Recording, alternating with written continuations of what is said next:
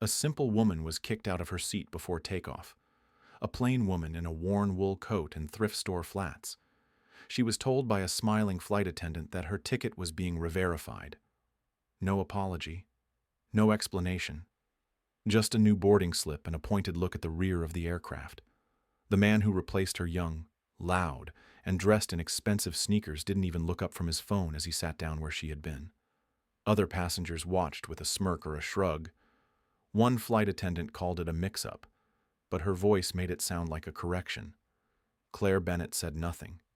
She didn't argue. She took the new slip, clutched her satchel, and stepped back, down, the aisle. The seat she had paid for, the one she had chosen for quiet, was gone. The overhead bin she had used now held someone else's duffel. Her crumpled pass, still warm in her palm, meant nothing here. The rest of the cabin barely noticed her as she passed. Someone in 3C whispered, "She must have snuck in." And a woman across the aisle laughed. Claire didn't turn her head. Her silence wasn't shame. It was a decision. She found her reassigned seat, row 28 center. No window, and lowered herself into it without a sound. The armrest clicked loose. The tray table bore the sticky outline of a forgotten drink. And still, she didn't speak. She folded her hands over her satchel and stared ahead. The plane taxied, lifted, and turned toward Zurich. The crew served drinks and jokes to the front of the cabin. No one looked back. The man now sitting in her seat wouldn't learn her name, but by the time they landed, he'd know exactly who she was. The air back in row 28 felt colder. The vents blew sharp and dry against the crown of Claire's head as she took her seat without a word. Her satchel barely fit beneath the narrow space in front of her, and when she folded her knees, they pressed hard into the metal rails of the seat base. Her coat bunched at her sides. The tray table bore a coffee ring and a smear of something sticky. The armrest clicked when touched, half detached from its hinge. Claire adjusted her satchel gently, running her fingers along the crease of the leather before folding her hands over it. The engine hum was louder here. The floor vibrated faintly. No one made room for her, and no one made eye contact. The man in the aisle seat was already asleep. His headphones buzzed faintly, head tilted, arms folded, unmoved by her arrival. The woman beside the window pulled her cashmere shawl tighter and shifted just enough to signal discomfort without being direct. Claire sat straight, not touching either of them. The space felt built for someone smaller, someone invisible. The seat creaked beneath her as she leaned back, her coat catching on the latch. She didn't fix it. She let it wrinkle. A flight attendant stopped beside her row with a cart. Without a glance, she held out a paper cup. The water inside was lukewarm. No napkin. No word. Claire took it with both hands. The attendant turned immediately to the next row, smiling at a man in a blazer who asked for club soda and received it with 2 napkins and a wedge of lime. Claire didn't react. She sipped slowly, elbows in, and held the cup with care. The plastic rim was slightly warped from the heat. Several minutes passed before the same attendant returned. She leaned in, voice bright and exaggerated. "Hi there. I'll need you to stand up for a moment. We're going to freshen your seat area." Her smile was tight. Her eyes didn't meet Claire's. Claire stood silently, clutching her satchel. The woman crouched and began brushing invisible crumbs from the cushion, then sprayed a burst of citrus-scented cleaner onto the headrest. The smell hit immediately, artificial and sweet. The wipe came out, slow and theatrical. No other row was being cleaned. Passengers nearby turned to watch. The sound of the spray, the stiff folding of the wipe, the too loud, all set, now all of it designed for observation. Claire sat back down without comment. The cleaner left a damp line along the edge of her seat. She adjusted her coat. The woman in the window seat cleared her throat and turned toward the aisle. her face angled away. Claire folded her hands again. A voice behind her rose above the engine. "Isn't it strange?" a woman said, her tone light, but clearly meant to carry.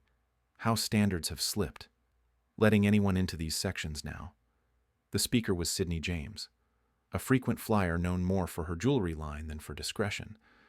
Her voice held a practiced rhythm, the cadence of someone used to being quoted. Claire didn't look. Sydney's companion murmured in agreement. "Everyone's welcome now," he said, flipping a page in his magazine. No dress code, no decorum. Claire's spine straightened slightly. Her fingers tightened around her cup, still half full. Her legs shifted, careful not to touch the bag at her feet. Her satchel, once stowed in a clean, private bin, now rested under a scuffed seat beside scattered crumbs and the soft throb of a floor vent. Her boots brushed the bar with every movement. Her coat remained damp at the shoulder where the cleaner had misted it.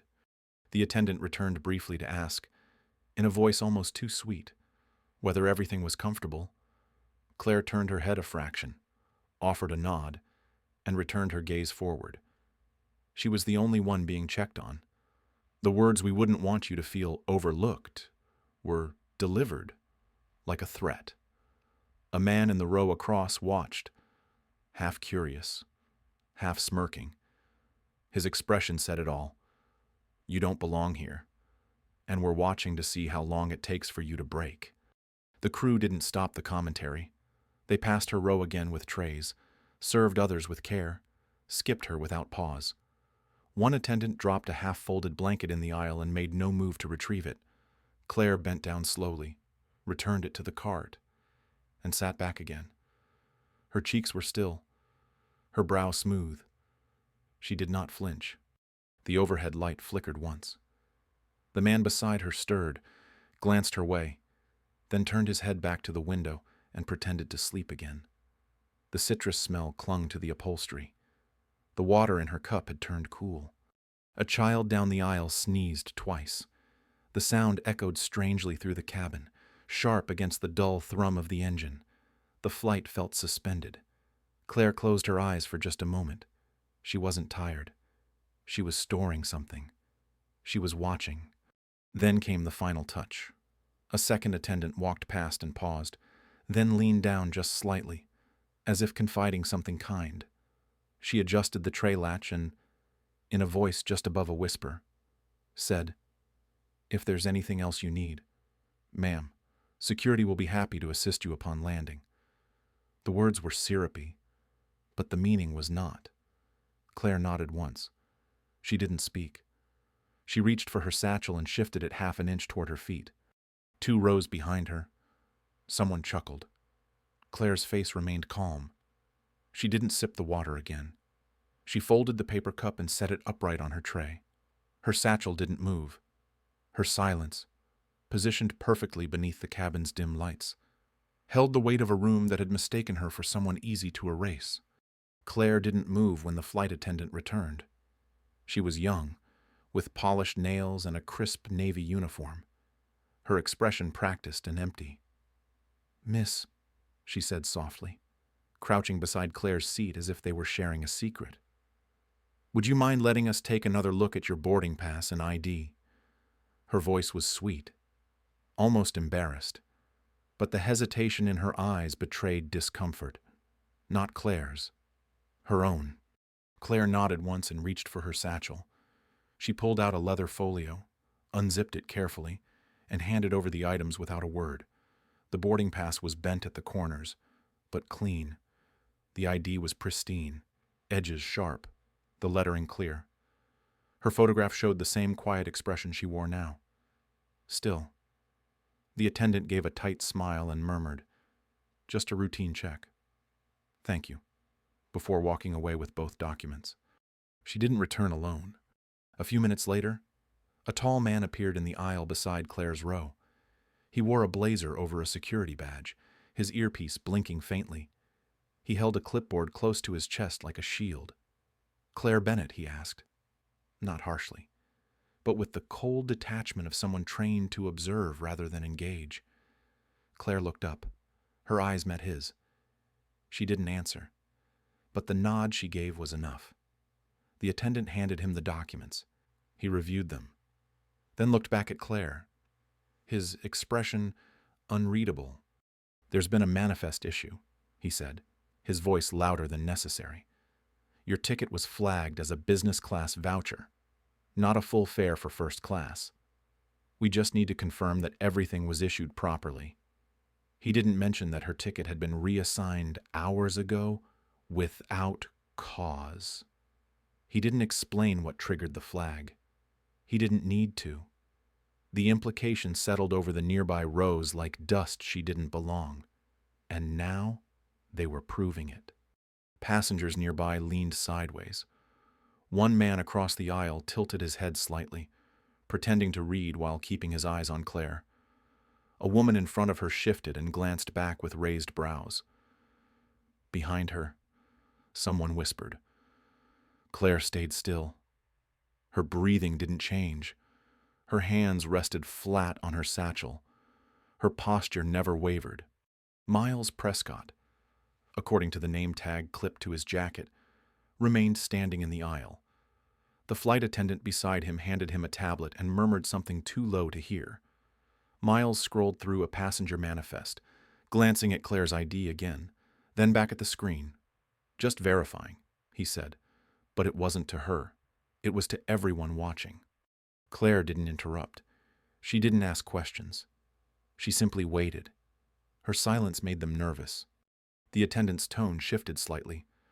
"We understand this must be inconvenient, Miss Bennett, but we have to protect the integrity of the cabin.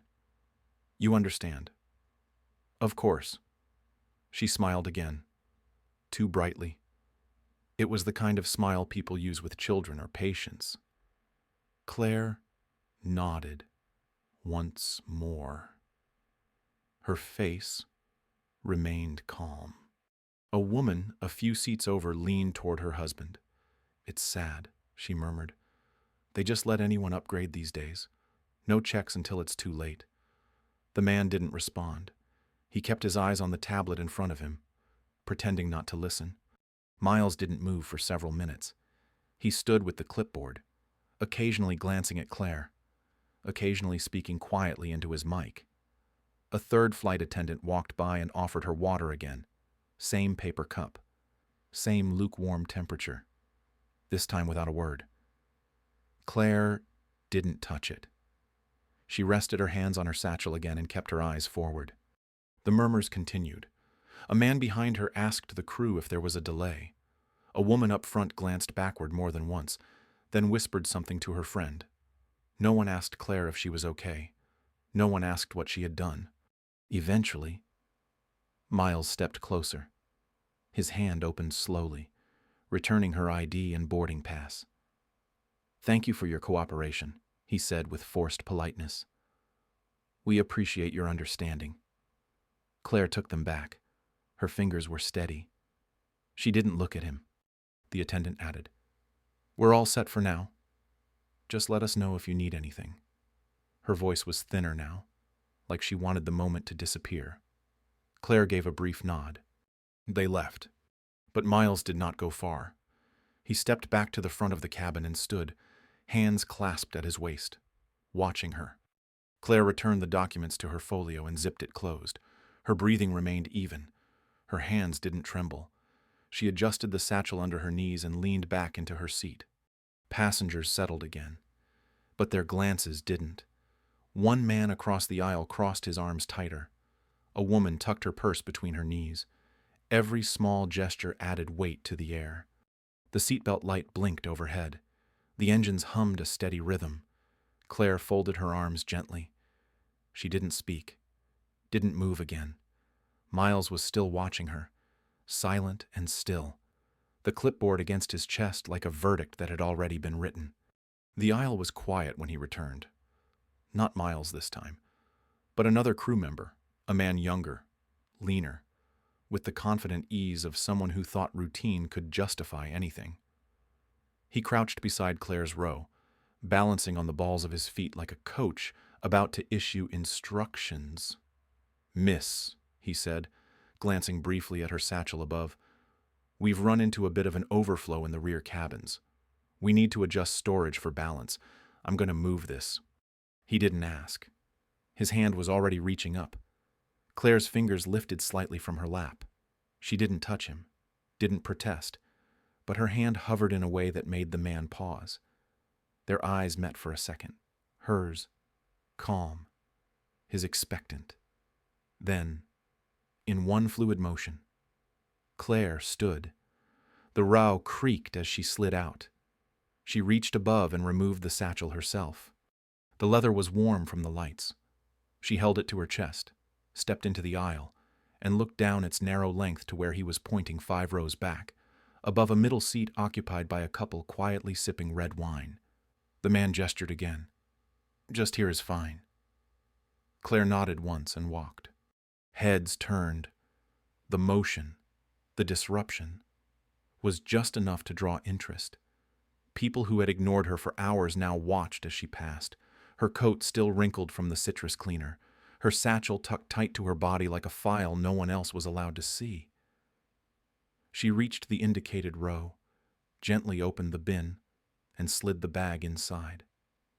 The couple looked up, curious, but said nothing. Claire closed the door with both hands, making no noise.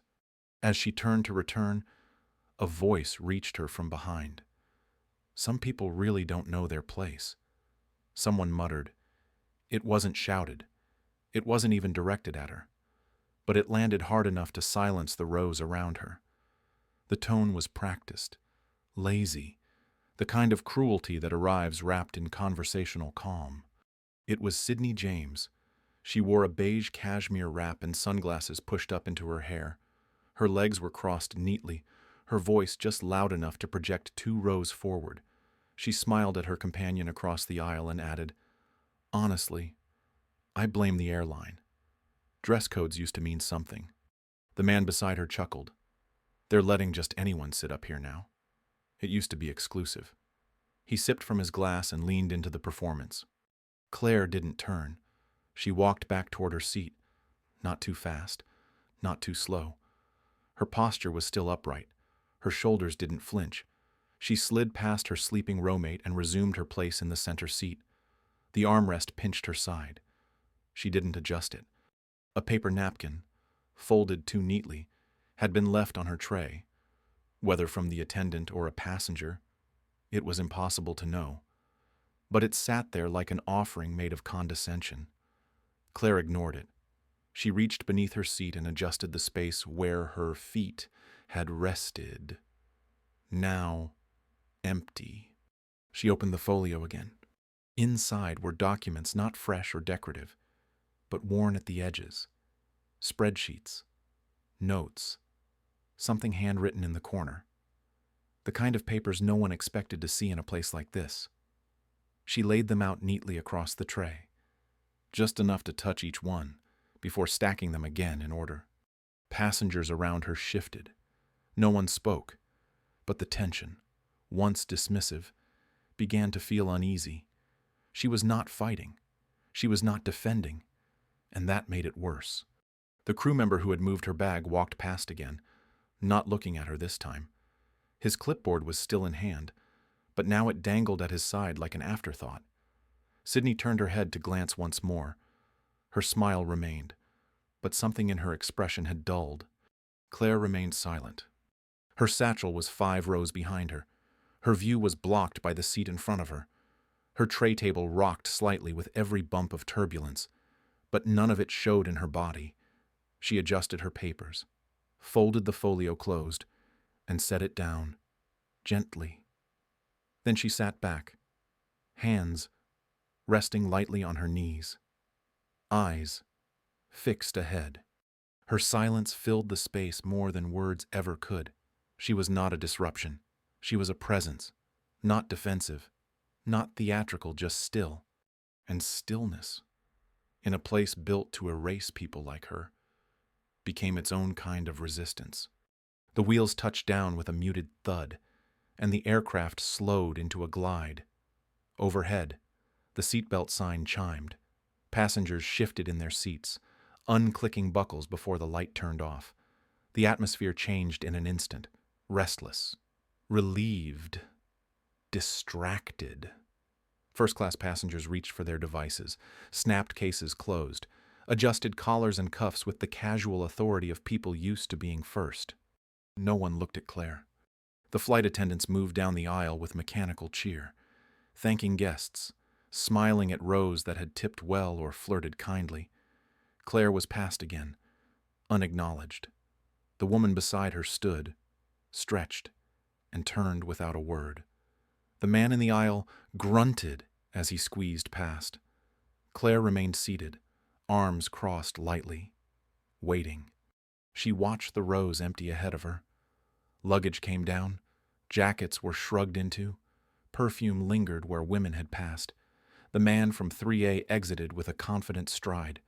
Sydney James floated out in her wrap, speaking to someone behind her, her voice just loud enough to be overheard. Next time, I'll just charter. These crowds are unbearable.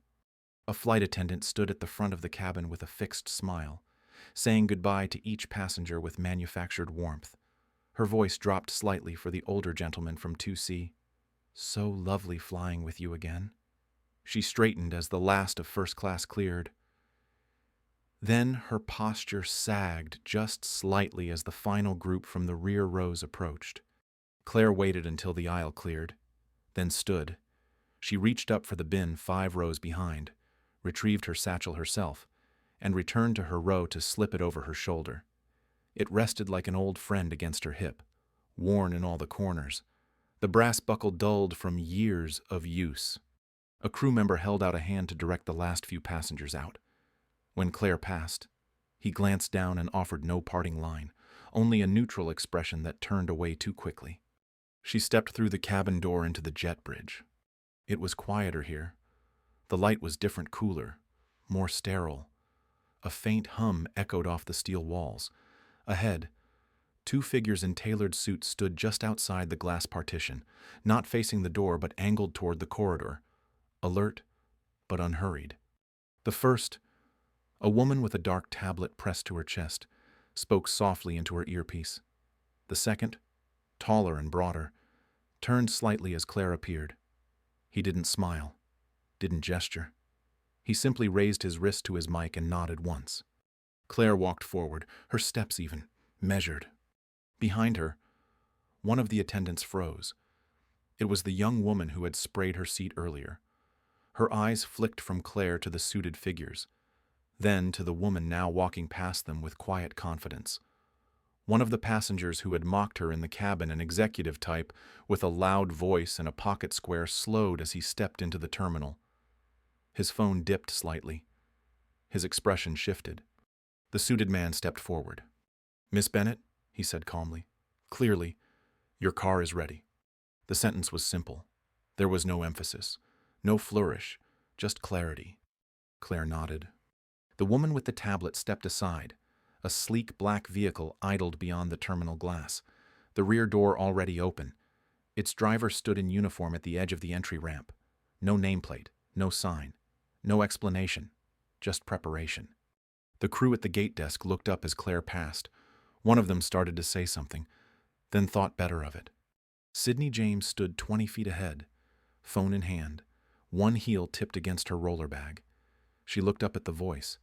Her lips parted. Her brows lifted a fraction. Then she turned back to her screen as if she hadn't seen anything. Claire walked past her without a glance. The air inside the jet bridge remained still. Somewhere behind her, someone cleared their throat. A phone shutter clicked. Another passenger whispered, "Who is she?" No one answered. Claire didn't speak. She didn't pause. She stepped through the final glass doors into the waiting corridor, where the driver met her with a nod and stepped back to give her room. She entered the car without hesitation. The door closed behind her with a soft, controlled seal. The engine didn't roar. It whispered to life. In the jet bridge, the 2 suited professionals turned. The driver returned to his post. The vehicle eased away from the terminal without urgency. Its windows, dark and reflective, held the shape of the airport for only a moment before disappearing into motion. Claire never looked back. The air shifted the moment Claire stepped beyond the jet bridge. The limousine that had idled earlier had now been joined by two additional black vehicles. A sleek SUV positioned itself just ahead, hazard lights blinking slowly, while another dark sedan remained stationary near the curb. A man in a slim-cut suit stood near the rear passenger door, speaking into a discreet headset. The door opened at the precise moment Claire approached, but she didn't enter yet. A woman in a dark gray blazer stepped forward. She carried a slim portfolio pressed against her ribs and wore an ID badge that read, Rachel Lynn, Corporate Affairs, Bennett and Rayner Group. Her expression was clear and professional. Chairwoman Bennett, she said, voice crisp but warm. Welcome to Zurich. She didn't bow. She didn't smile theatrically. She simply made space. Claire returned a small nod. Her satchel still rested against her hip. Her coat had wrinkled at the sleeve, but she made no effort to smooth it. She stepped aside as Rachel gestured toward a nearby agent holding a white envelope sealed with wax. Across the drop-off zone, a row of tinted terminal windows reflected the line of vehicles. Behind the glass, two airline employees, one in a navy blazer, the other still holding a drink cart tablet, stood frozen. It was the same crew that had removed her bag, corrected her ticket, and watched her as a procedural anomaly. They were now watching something else entirely. Rachel turned to the head of Skyjet's Zurich ground operations, a man named Harlan Finch.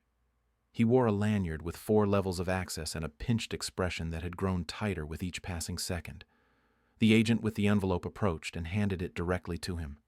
This is for your legal documentation, Rachel said, effective as of this morning. Controlling interest in Skyjet International has transferred to Bennett and Rayner Holdings. Finch blinked. His hands trembled slightly as he broke the seal. The envelope opened cleanly. Inside was a letter with 3 signatures, 2 embossed seals, and the formal transfer of operating authority under Swiss aviation compliance law. The final line named Claire Bennett as acting chairwoman of the parent board. Finch read it once, then again. His mouth opened, but no words came. He nodded once, visibly swallowing. Understood, he said quietly. A whisper spread across the curb. Someone in a utility jacket near the glass muttered, "That's her." Another turned and repeated it. Within seconds, 2 reporters who had been waiting on the media terrace for another flight adjusted their cameras. They didn't shout. They didn't rush. They simply filmed as Claire walked calmly toward the second car. Rachel followed close behind, speaking quietly into her comms. Phase 2 confirmed.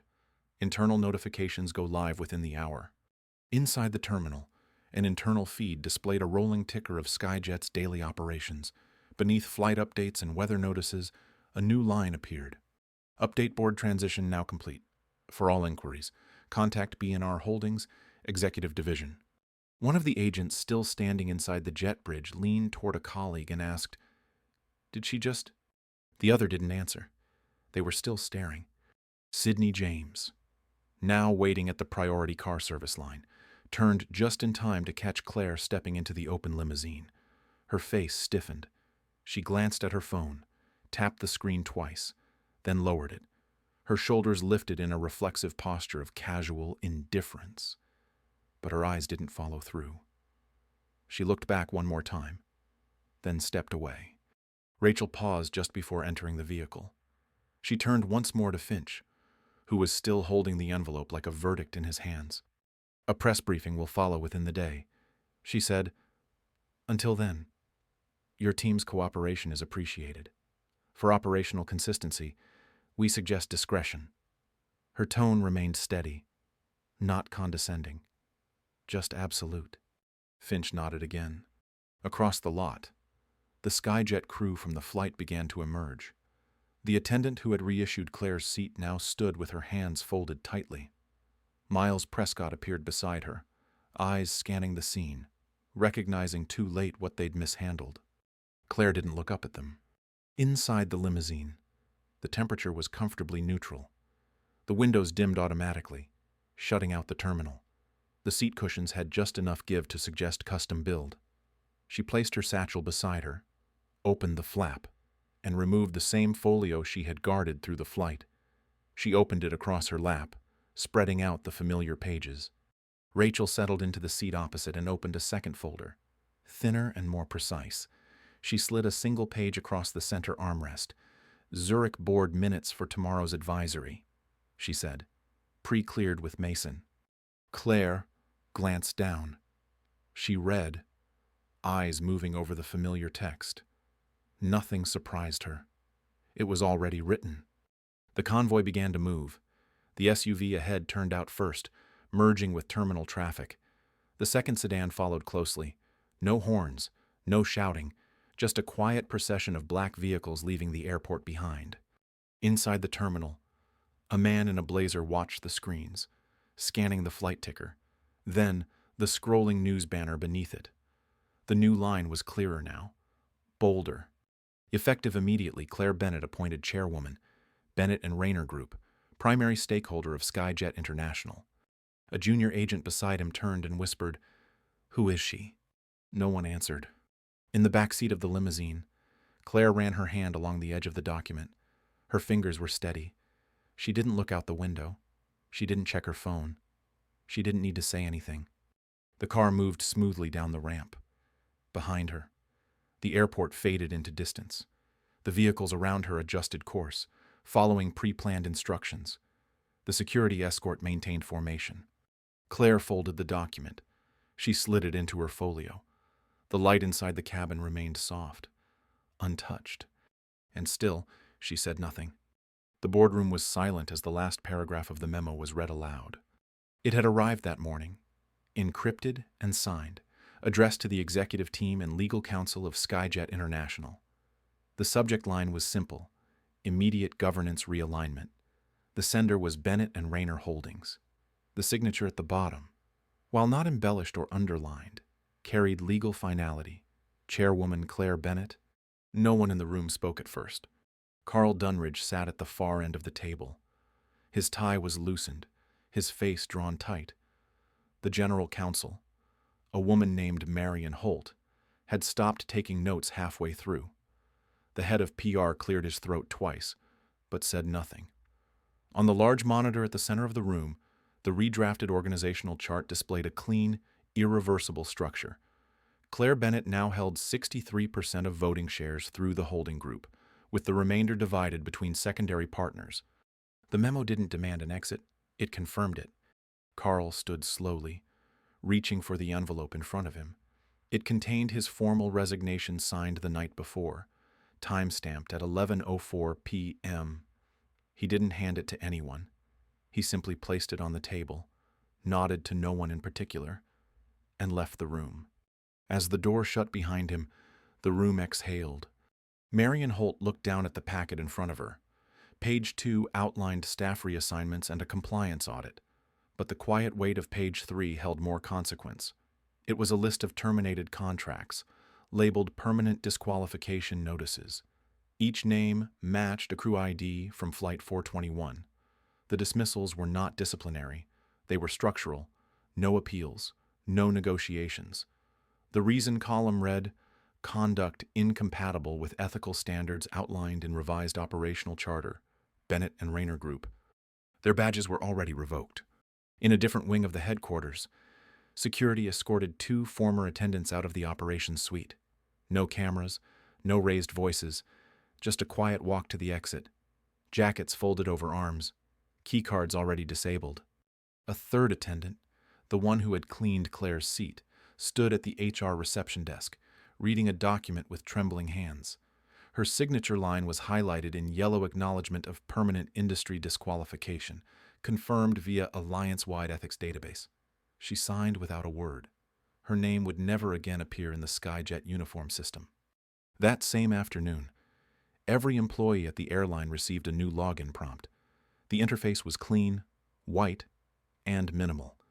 Before they could check their schedules, every user was required to scroll through a short document, the revised Skyjet ethics code. At the bottom was a digital checkbox and a timestamp. The message was brief. By continuing, you acknowledge full responsibility for upholding Skyjet's zero-tolerance policy on class-based discrimination, profiling, and systemic exclusion. Respect is not an aspirational value. It is a foundational condition of employment. There was no press release, no speech, no headline announcement, but on the company's investor page, a subtle change appeared. In the corner of the page's footer, beneath quarterly reports and sustainability links, a new line had been added. Skyjet International is a portfolio entity of Bennett and Rayner Holdings. Chairwoman C. Bennett. That was all it said, and that was all it needed. In quiet offices and lounges, employees noticed. Some nodded silently. Others scrolled back up to reread the new ethics clause. At one training center, an older pilot underlined a sentence in the printed version of the manual he'd been given earlier that week. It read, "Respect is no longer optional." He didn't speak. He folded the page down neatly, pressed the pen to the margin once more, and turned the page. At Zurich Private Terminal 6, the lights were low and the runway quiet. Inside a polished hangar, a small Gulfstream jet stood prepped for departure. The final checklist had been signed, the doors secured, the fuel logged. A ground tech closed the side panel gently, stepping back as two figures approached from the far end of the hangar. Claire Bennett walked beside Mason Rayner. Neither of them spoke. The hangar echoed with the faint buzz of distant engines and the rustle of wind against steel. Mason carried nothing. Claire's satchel was slung across her shoulder, her coat pressed flat and clean. They moved with unhurried precision. "Is my time no longer held them?" A crew member stood at the base of the stairs, holding the door open. He didn't ask for a name. He didn't offer assistance. He simply nodded, stepping aside. Claire entered the aircraft first. Mason followed. The jet doors closed behind them with a muted hiss. The crew began final prep, the hangar lights dimmed by one setting. Outside, a ramp worker in a reflective vest paused near the service cart. He glanced at his tablet, then toward the jet. His colleague leaned beside him and asked, "Did you hear what happened?" He shook his head. "The woman they kicked out of first class, she owns the airline now." The man didn't reply. He looked at the Gulfstream one last time, then lowered the cart ramp and walked on. Inside headquarters, a new onboarding email went out to all Skyjet managers. The subject was plain Leadership Welcome Packet. The signature block at the bottom of the message read simply, "Claire Bennett, Chairwoman." The message contained no bio, no quotes, no photo, just the new policy. It read, "Excellence is not defined by appearance. Authority is not dependent on volume. Leadership does not require validation. And respect is not optional." No one replied. No one needed to. Back at the training center, a young employee ran her finger along the sentence she had underlined that morning. Respect is no longer optional. The ink from her highlighter had bled faintly through the page. She smiled quietly and folded the manual closed. Outside the window, the skies were clearing. She never raised her voice. She never fought for attention. She simply watched, endured, and let the truth rise on its own. Claire Bennett's journey was not one of revenge, but revelation. In a world that tried to erase her, she never disappeared. She stood steady, moved forward, and allowed the structures she built to speak when words were no longer needed. This was a story about dignity, how it survives humiliation, how it outlasts noise. It's about the strength of those who are underestimated, and the quiet force of those who refuse to perform for acceptance. Claire didn't need anyone to see her to know her worth, but when they finally did, the silence said everything. If this story moved you, take a moment to reflect. Have you ever been overlooked, only to rise quietly in your own way? Share your thoughts in the comments and follow for more stories like this. Quiet, powerful, and true.